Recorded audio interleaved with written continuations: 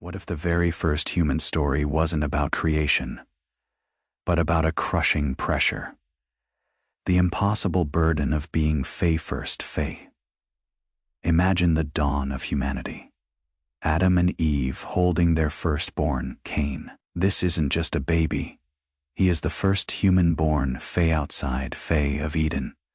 A symbol of hope, a new beginning after profound loss. He is the start of everything. Can you feel the weight? The unspoken expectation for him to redeem, to reclaim, to lead. Eve herself exclaims, "With the help of the Lord, I have brought forth a man." She saw a promise, a future, an heir.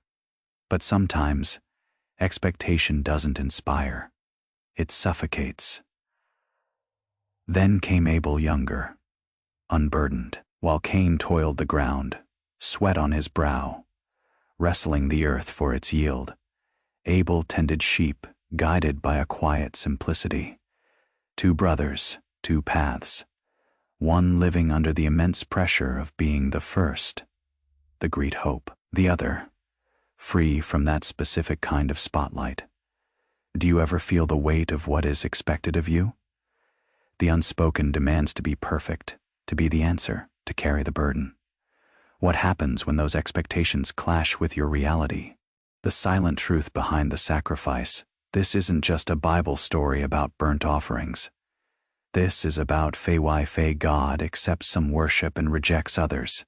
Both brothers, following tradition. This was his Fae achievement. Abel, the shepherd, brought not just a Fae lamb, but the Fae choicest Fae, the Fae firstborn Fae of his flock. It wasn't merely what he had, it was the best he could possibly give. It was a clear, vivid symbol of surrender, of profound trust. And then, the fire from heaven, consuming Abel's sacrifice. But Cain's untouched, rejected. The air hung heavy with silence. Imagine the raw sting of that moment. Your labor, your effort, deemed insufficient, while your brother's offering, a symbol of his surrender, blazes with divine approval. Why? Was it the Fae-type Fae of offering? Or was it the Fae-heart Fae behind it? While Abel offered with deep humility and devotion, Cain seemed to be presenting his Fae works. Fae, his Fae accomplishments Fae. Look at what I did, God, don't I deserve your favor? This wasn't about a fruit versus a lamb, it was about Fae, who Fae stood before God. One came with an open hand, truly giving. The other came with a closed fist, demanding recognition. When you approach God, what do you bring? Your accomplishments, your self-sufficiency, your list of good deeds, or do you come with an open, humble heart, offering the very best of yourself, even when it costs you?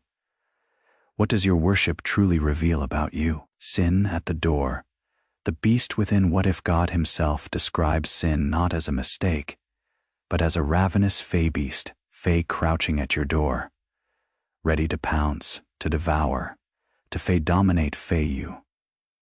The rejection burned in Cain. Anger began to simmer, then boil. A bitter mix of frustration, shame, and a searing sense of injustice. His gaze fixed on Abel, his heart a storm of questions. But before resentment could completely consume him, God spoke, his voice, firm yet merciful. "Why are you angry, Cain? Why is your face cast down?" It was an invitation, a lifeline, a desperate plea from the Creator to reach a heart on the brink. God saw the danger Cain couldn't yet comprehend, and then came the stark warning. If you do what is right, will you not be accepted? But if you do not do what is right, sin is crouching at your door. It desires to have you, but you must rule over it. This isn't some abstract concept. This is a vivid, terrifying image. Sin as a predatory animal, poised, ready to strike. Its hungry eyes fixed on Fae. Cain stood at a crossroads. The voice of God calling him to repentance, to mastery over the brewing darkness. And on the other side, the seductive whispers of resentment, shame, and self-pity, transforming into something far more sinister. He fake-old Fae have chosen differently. He fake-old Fae have listened, but what happens when pain becomes so familiar, so nurtured in silence, that it turns into an addiction? When you refuse to face the monsters Fae within Fae, where is sin crouching at your Fae door right now? What resentments are you nurturing? What anger are you allowing to fester? Are you listening to the quiet, persistent voice of God, or are you choosing to ignore the warning signs, letting the beast grow stronger, waiting to dominate you? The choice is always yours, to rule over it or be ruled by it. The unstoppable cry of blood. Ever wonder what happens when a secret sin refuses to stay buried? When the earth itself cries out, and a hidden truth refuses to remain silent, even in the deepest silence. Cain's struggle wasn't against Abel anymore. It was against himself. He started avoiding his brother's gaze. Every innocent gesture from Abel felt like an affront. Every word a provocation, even if none was intended. The grudge had taken root, deep and venomous. And then, a day like any other. "Let's go out to the field," Cain said, a calm voice, a simple invitation. But beneath that veneer, something dark, something horrifying, had already been decided. The field was vast, silent. The sun cast long, deceptive shadows. Abel walked beside him, unsuspecting, his younger brother oblivious to the storm raging in Cain's heart. The voice of God, "Sin is at the door. It wants to dominate you," echoed in Cain's mind. But he no longer listened. Or perhaps he had chosen not to. The memory of rejection burned like a live coal in his chest, fueling a desperate, violent urge. And then, without warning, the silence was shattered. The first human blood, spilled by the hand of his own brother. For a fleeting moment, everything stopped. The wind, the birdsong, time itself. Cain looked around. No one. No witnesses. He believed, in that desperate instant, that what he had done could be buried, hidden in the very soil he worked so hard to cultivate. But the earth itself knew, and Abel's blood, even in its chilling silence, cried out. It didn't just stain the ground, it became an invisible, undeniable testimony. And when God called out, "Cain, where is your brother Abel?" His voice wasn't searching for information. It was an echoing truth. An urgent invitation for Cain to face his reality, to confess. But what came from Cain's lips wasn't repentance. "I don't know. Am I my brother's keeper?" The chilling irony. How do you hide what the earth itself is screaming? How do you deny what the very blood cries out? What secrets are you trying to bury? What hidden actions are you trying to deny? The truth is, some things cannot be silenced.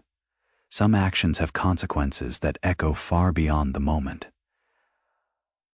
Are you ready to face the truth, even when it is painful? Or will you continue to hide behind words, hoping the echo will fade? The mark of mercy in a murderer's hand after the unthinkable crime. After the denial, after the blood cried out, God did something truly shocking. He didn't just pronounce judgment. He offered Fae protection. Fae, is this justice, or something far deeper, far more scandalous? God's gaze wasn't purely wrath. It was infused with sorrow, with the deep pain of a father watching his child lose his way. "What have you done?" the Creator asked. "Your brother's blood cries out to me from the earth." The weight of those words heavy as thunder. What began as envy and frustration had spiraled into a scream in the very fabric of creation. The earth, once Cain's provider, would now become his curse. The ground will no longer yield its fruits to you. You will be a fugitive and a wanderer on the earth. Imagine it, the soil he knew, the labor he expended, now fruitless. Every effort met with barrenness. And worse, a life without roots, homeless, without comfort, a permanent echo of the emptiness that grew inside him. Was this the greatest punishment? Or did the true punishment lie in the inner desolation? For the first time, Cain's voice faltered. My punishment is greater than I can bear. Anyone who finds me will kill me. He understood. The blood cried out. His guilt would haunt him. But then, an astonishing, mind-bending act of grace. God, in the face of such horrific crime, did something utterly unexpected. He placed a Phaesign Phae on Cain, a visible mark, a symbol of protection. No one who finds him will kill him. Why? Why protect a murderer? This wasn't forgiveness in the sense of erasing the deed. The ground was still stained. The price would still be paid. But God, the very essence of justice, extended a barrier against human vengeance. It was a divine statement. This life belongs to me, even this broken one, Phae. What does this paradox tell you about God? About justice and mercy? Are you quick to demand retribution? Or can you see the enduring, scandalous nature of God's grace, even for the undeserving? Consider how you view those who have sinned greatly. Does God's response challenge your assumptions? The city of escape versus the calling of hope when you run from your past. What do you build? A fortress against truth or a foundation for freedom? Cain, a marked man, built the first city. Was it an attempt to start over or a desperate act of hiding? So Cain left, far away, to a land called Nod, meaning wandering, uprooted. The name itself a stark reflection of his condition, far from God's immediate presence, far from home, far from everything he knew. But even in exile, Cain's story took an unexpected turn. He found a wife. He had a son, Enoch. And then, the ultimate paradox, he decided to build a Phae city. In a world still so young, walls and foundations raised by calloused hands, perhaps the same hands once stained with blood. Was it an attempt to create a new beginning? To reclaim his purpose? Or was it a desperate effort to outrun his past? To build something so monumental it could drown out the internal scream of Abel's blood? He named it Enoch, after his son. A legacy, yes, but built on the sands of escape. A city isn't just stone and mortar. It is a reflection of its builder. Enoch, the first city, was born not of pure hope, but of a desperate flight. It was as if Cain tried to construct something so vast, so loud, that it could silence the persistent echo within him. But how do you escape a sound that comes from your own soul? The bitter irony, in trying to escape his past, Cain created the stage for even more Phae stories of sin. The spirit of violence, of arrogance, seemed to grow stronger with each generation. Lamech, Cain's descendant, embodied it perfectly. Not only did he kill a man, but he boasted about it. If Cain is avenged 7 times, then Lamech 70. 7 times.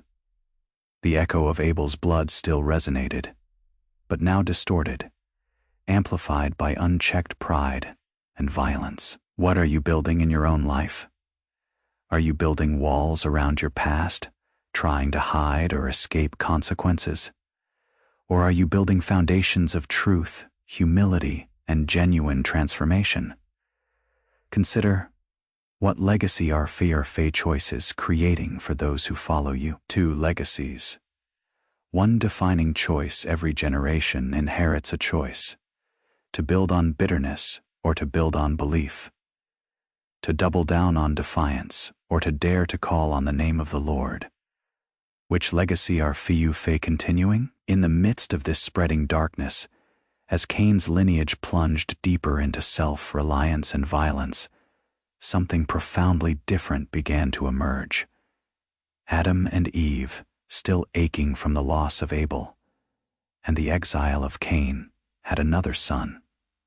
They named him Seth, a name loaded with meaning, appointed, replacement, renewal. A breath of fresh hope after so much grief. Through Seth, a new lineage was born. An offspring fundamentally different from Cain's. While Cain's descendants built cities of escape and boasted of vengeance, Seth's lineage chose a different path, a path of community with the Creator. This wasn't about avoiding the pain of the past. It was about seeking something far beyond, fiat. At that time, people began to call on the name of the Lord. Think about that. In a world spiraling into violence, marked by pride and defiance, a flicker of true worship ignited, a search for connection, a yearning for something divine. This wasn't an escape from reality. It was an engagement with the ultimate reality. While Cain's legacy was stamped with pride, flight, and self-sufficiency, Seth's lineage pointed towards a desperate, humble quest for rest, for relationship, for genuine faith. Two paths, two stories, intertwined from the very beginning of humanity. One offspring trying to erase the marks of the past through human effort, the other seeking redemption, connection, and true transformation through faith.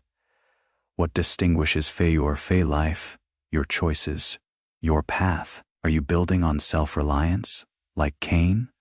Or are you actively, intentionally calling on the name of the Lord, like Seth's lineage? This isn't just ancient history, it's a living choice, echoing through generations, and it's deeply personal for Fei. Your story, His unfailing grace. What if your biggest failures, your deepest shames, aren't the end of your story? What if God's grace is the ultimate plot twist, waiting to redefine everything? The story of Cain isn't just a distant historical account, it's a mirror. It speaks about Fei. How many times do we, in our own lives, let pride stop us from admitting our mistakes? How often do we try to hide our failures, build emotional walls, or run from the consequences of our actions instead of facing them head on? We try to bury the truth, but the truth always cries out. And here is the most powerful, the most awe-inspiring part, even after the tragedy, the pain, the profound failure. God still showed grace, the mysterious sign on Cain's brow, a mark of protection in the midst of his sin. The birth of Seth, a new lineage of hope emerging from devastating loss. The very call for humanity to call on the name of the Lord. This isn't a story that ends in error. It never does, even when humanity stumbles, even when we choose violence, pride, and self-destruction. There is Fei, an invitation to repentance. An unwavering offer of redemption. God's grace isn't limited by the depth of our mistakes. It's greater, deeper, more persistent than any sin we could ever commit. So, what legacy are we building?